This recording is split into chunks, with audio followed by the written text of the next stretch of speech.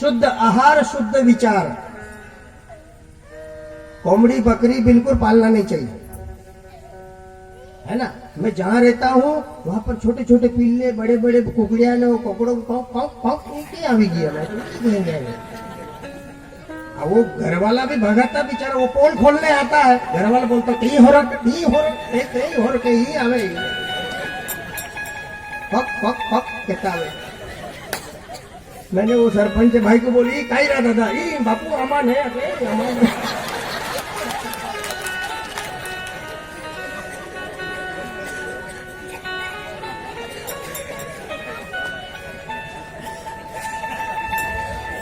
अब ये बात देखो, अब जो मालिक है उसके घर जाएंगे ना वो भी। अब इतना तो मैं भी समझ रहा हूँ ना, पर तो दादा सरपंच भाई आके नहीं बापू आमा नहीं आके आते तो दौड़ी कॉक कॉक कहते खोल में हुई है।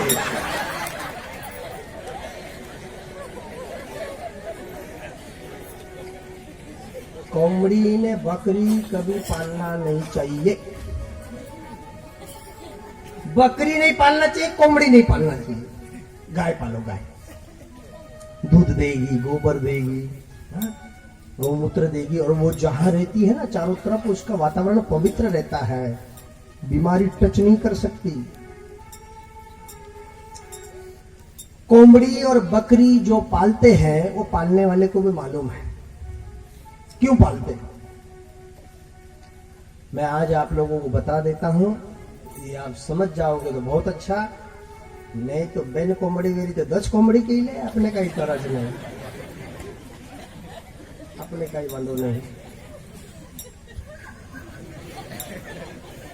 सच बता रहा हूं, जो कोमड़ी और बकरी पालता है उसके जीवन में हमेशा गरीबी बनी रहती है, उसके घर में गरीबी आती है। ध्यान हो जा, मुझे कोमड़ी बकरी पालने वाले को भी मालूम है कड़की आवी ता काम आवी। मुझे कड़की को वो स्वयं निमंत्रण दे रहा है, जो चीज पालने से कड़की आती होगी वो चीज को हटाना महाराज। हाँ? तूने प्यार से पाला, उसको दाना डाला, ये डाला, हाँ? और जब उस ढंग से समय आया, अब जो लेना रो है क्या पूजा की का? हाँ? जब वो उसके साथ पूर्ति करेगा तो वो दोष लगेगा तुम्हें, तुम्हारे जीवन में गरीबी हमेशा बनी रहेगी। इसलिए कुकड़ी और बोकड़ी को कभी पालो, जैसे श्राप से रहित गांव हो गया ना, वैसे ये चीज को भी श्री राम जयराम पाला वे रीते गावड़ी। हाँ, बच्चे छोटे छोटे गाय के दूध पिएंगे, बुद्धिमान बनेंगे, है ना। कुकड़ी बकरी मत पालना, एकता रखना, शुद्ध आहार करना और स्वच्छता पवित्रता के ऊपर ध्यान देना। जहां स्वच्छता, जहां पवित्रता, जहां निर्मलता, जहां सत्यता, वहां पर लक्ष्मी को बुलाना नहीं पड़ता, लक्ष्मी स्वयं वास करती है वहां। पर हम जो है ना, ये जो प्रेज है ना, ये संभालते नहीं और भागते रहते धन के पीछे, लक्ष्मी के पीछे, वो हाथ में नहीं आती। पर हमारी कहाँ कमी है। कई लोग जो आते हैं ना, खूब कमावता पण पैसा ज नहीं रहता। आई पैसा कहीं पाक फूटी गया, कहीं निगी गया, ये हमारी कहीं चूक रही है बातें, उसको सुधारो। पवित्रता, स्वच्छता, पवित्रता, निर्मलता, सत्यता। सत बराबर तप नहीं, झूठ बराबर पाप, जाके हृदय साच है, वाके हृदय प्रभु आप। परमात्मा का स्थान होता है जहां सत्य होता है, पर लोग बिना कारण जरा जरा बात पे झूठ बोल देते हैं। हाँ? रहते हैं दूसरे घर में, फोन गया, आज झूठ बोलने का साधन आ गया है सबसे बड़ा।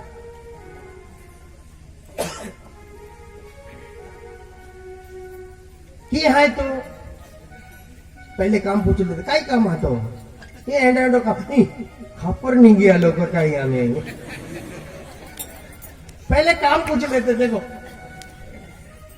तो ऐसे। और कई लोग बंद करके रखते, नहीं, ये भी नहीं करना चाहिए। कब तुम लाए हो सकता है कोई ऐसी दुखी पीड़ित कोई कर देवे फोन, जवाब दे दो ना उसको,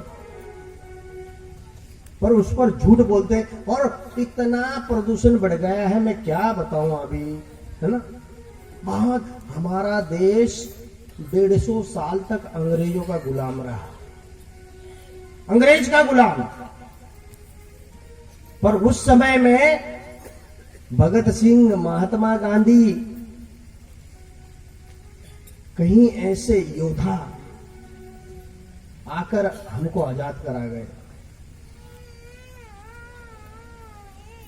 अब आजाद कराने के लिए कोई भगत सिंह नहीं आएगा, कोई सुभाष चंद्र बोस नहीं आएगा।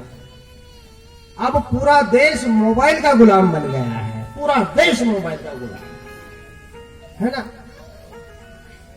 माँ अलग लेके बैठी है तो बच्ची अलग लेके बैठी है, लड़का अलग लेके बैठा तो बाप अलग लेके बैठा। माँ को दिखता नहीं तो वो ऐसी करती है, ऐसा न दिखला कर ये क्या है, ये क्या जरूर है कहती। अरे उसमें अच्छी बात जो है, वो काम की जो है वो ले लो।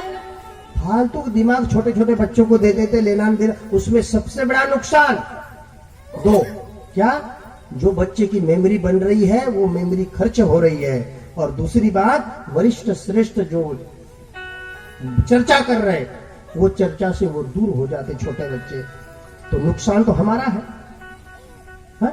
अरे रोटी बिना रह नहीं सकते हम, इसका मतलब पाचक दिया मांडो बांधिन हरीज फिरेगा, हरीज मांडो लेन फिरेगा नहीं। जरूरत के अनुसार उसका उपयोग लो। मोबाइल, टीवी, सब सत्यानाश, पता नहीं। और मैं सच एक बात और बता दूं, ये सारे बाहर देश का षड्यंत्र है।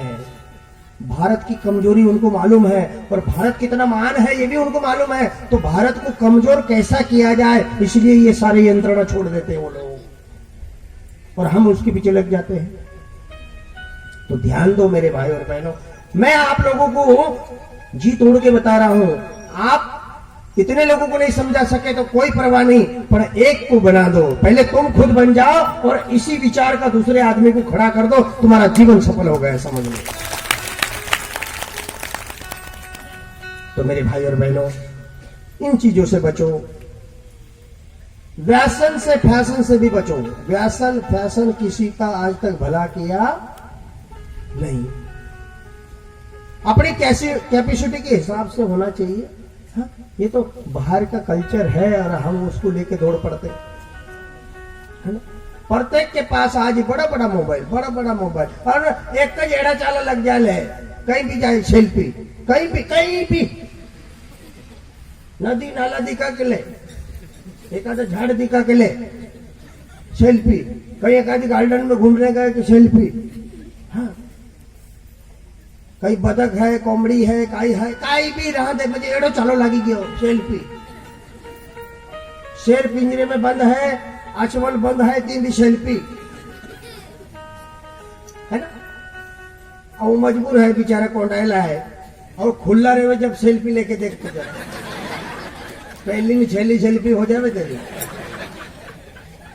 राम जय राम, इतना एड़ा चाला भी नहीं होना। अरे आप जब हम स्वयं है तो ये सब है कोई इतना, हाँ ठीक है, ऐसा विशेष है कोई ऐसा, हाँ उसको दृश्य ले लो। एड़ा चाला दिन भर चालू रहता, समय बर्बाद मत करो, पैसा बर्बाद मत करो, ऐसा जीवन बार बार नहीं मिलेगा। ये परमात्मा की ओर से दिया हुआ एक अनमोल जीवन है। उन्होंने दे दिया, अक्ल दे दिया, बल दे दिया, सब कुछ दे दिया है। उन्होंने अपने पास कुछ भी नहीं रखा। अब उसका वापर करके आनंद लेके कैसे सफर काटना, वो तुम्हारे हाथ में है प्यारे, वो तुम्हारे हाथ में। तुम कैसे दुखी होना तुम्हारे हाथ में, सुखी होना तुम्हारे हाथ में। संत महात्मा दिशा दिखा सकते हैं, उस दिशा से चलोगे तो मंजिल मिलेगी निश्चित। बाकी तुम्हें करना है। तो ये जीवन का आनंद लो, व्यर्थ मत बिताओ कि बार बार नहीं मिलेगा, नहीं मिलेगा, नहीं मिलेगा। कितने आए कितने चले गए मेरे भाई और बहनों, और हम भी कितने दिन रहेंगे कोई नक्की थोड़ी है। कब क्या होगा कोई भरोसा। तो इसका ध्यान रखो। स्वच्छता का ध्यान रखो, आहार का ध्यान रखो। दूसरी बात, माँ बाप की सेवा खूब करो। माँ बाप तुम्हारे प्रथम देवत है। गुरु महाराज को भी बाद में पूजो, भगवान को भी बाद में पूजो, पहले माता पिता। माँ बाप को बड़ी आस रहती है, हा? बच्चों को कितने कष्ट करके मेहनत करके वो खुद नहीं खाते, उनको खिलाकर बड़े करते हैं कि आगे बुढ़ापे में मेरा बेटा मेरी बेटी मेरी काम आएगी। हा? पर हम उनके आरमा को समझ नहीं पाते। हा? हम उनकी आरमा को चूर चूर कर देते हैं महाराज। हा? माँ बाप की खूब सेवा करो। बूढ़ा माँ बाप बैठे हैं और हम, अरे वो दिन हमारे भी आने वाले हैं, और हम जैसे व्यवहार उनके साथ करेंगे वही व्यवहार तुम्हारी संतान भी तुम्हारे साथ करेगी, इसमें कोई संशय नहीं है। बूढ़ी माँ बूढ़ी बाप है, उनकी सेवा करो, उनको भोजन, उनका नहलाना धोलाना पानी सब ध्यान रखो। भगवान की सेवा बाद में करो, गुरु की भी बाद में करो, मैं सच कहता हूं। और माँ बाप नहीं है फिर तो हमारे हमशा भाई ने बहुत अच्छी बातें बताई। यदि माँ बाप नहीं है तो गुरु को ही माँ और बाप मान लो और उनके कहने पर चलो, कल्याण हो जाएगा तुम्हारा।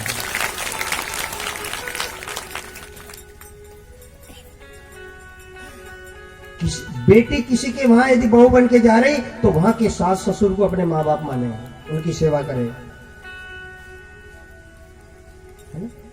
और कोई बेटी दूसरे की बेटी अपन ला रहे तो उसको भी प्यार दो, उसको भी दुलार दो, क्योंकि वो भी छोड़ के आई है। श्री राम जय राम। मेरे भाई और बहनों, ये सारे भक्ति के सूत्र है।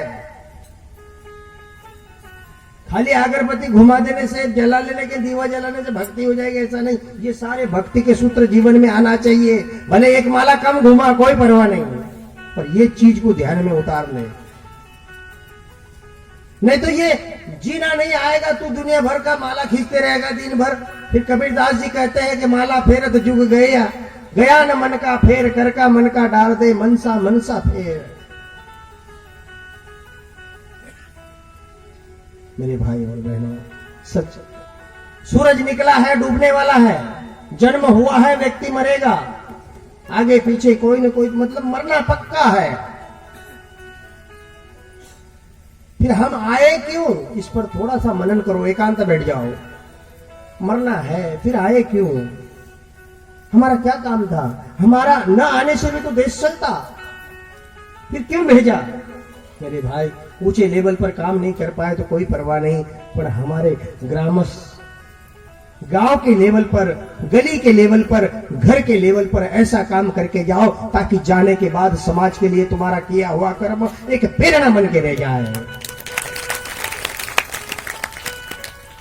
और एक मुद्दे की बात, दुख हो सुख हो, अमीरी हो गरीबी हो,